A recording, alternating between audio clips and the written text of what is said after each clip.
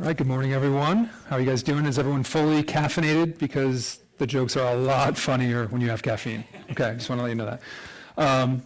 Thank you, Tom, and thank you to Laura and the EMEA staff for putting this together and for giving me the opportunity to speak to you today. So today's topic is called the curate's egg, a strange term that I'm not sure many of you have heard of. Quite frankly, I hadn't heard of it until a couple weeks ago when I started thinking more about this program and thinking about curation in general. So we'll get there and we'll talk about what that means. But overall, I wanted this to be a conversation about the notion of curation, both from a physical and the crossover, obviously, because of this show, into the digital realm and what that means. Let's start with the definition. And this one is not one I'm not sure everyone really knows. So curate was actually a noun. The original etymology of the word traces back to the 14th century, and it was a member of the clergy who was employed to assist the rector or the priest or someone who was entrusted with the souls of the church. I think that's really interesting when you think about curation, what it means today, how we use it, how we think about it in the context of media. So that brings us to the curate's egg, okay? And so I'm about to display for you why I played basketball in high school and did not act, okay? Here we go. So the right reverend host at the front of the table says, "I'm afraid you've got a bad egg, Mr. Jones." The curate at the right says, "Oh no, my lord, I assure you, parts of it are excellent."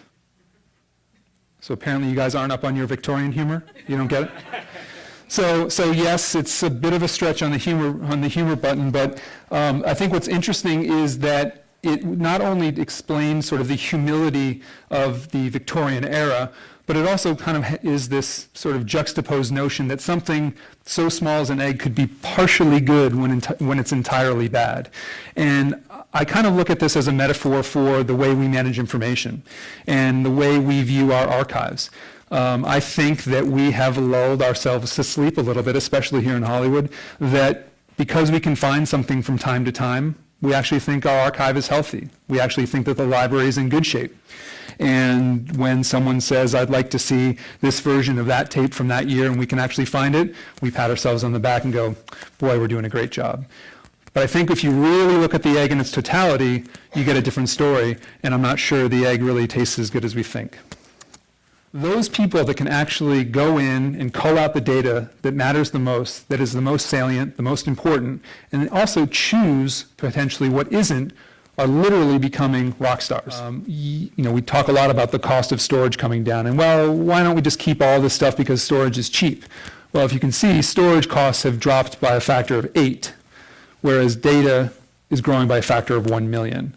So it almost doesn't matter how much storage costs, even if it costs $1, the fact that you're growing your data to that extent is going to create a huge economic imbalance.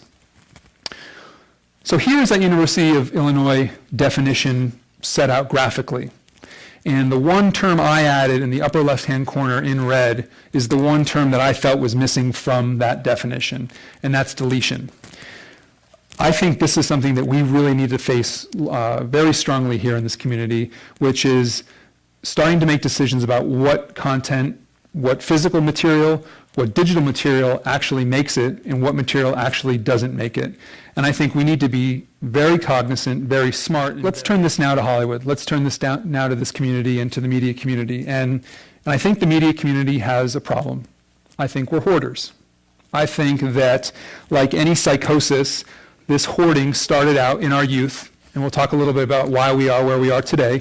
But I think that this hoarding mentality is potentially going to be our undoing as an organization and as an industry.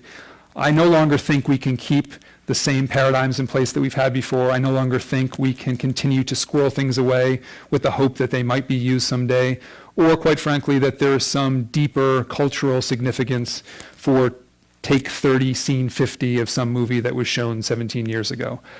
I think we need to face our psychosis, and I think we need to do things about it, and I hopefully have some prescriptions for that.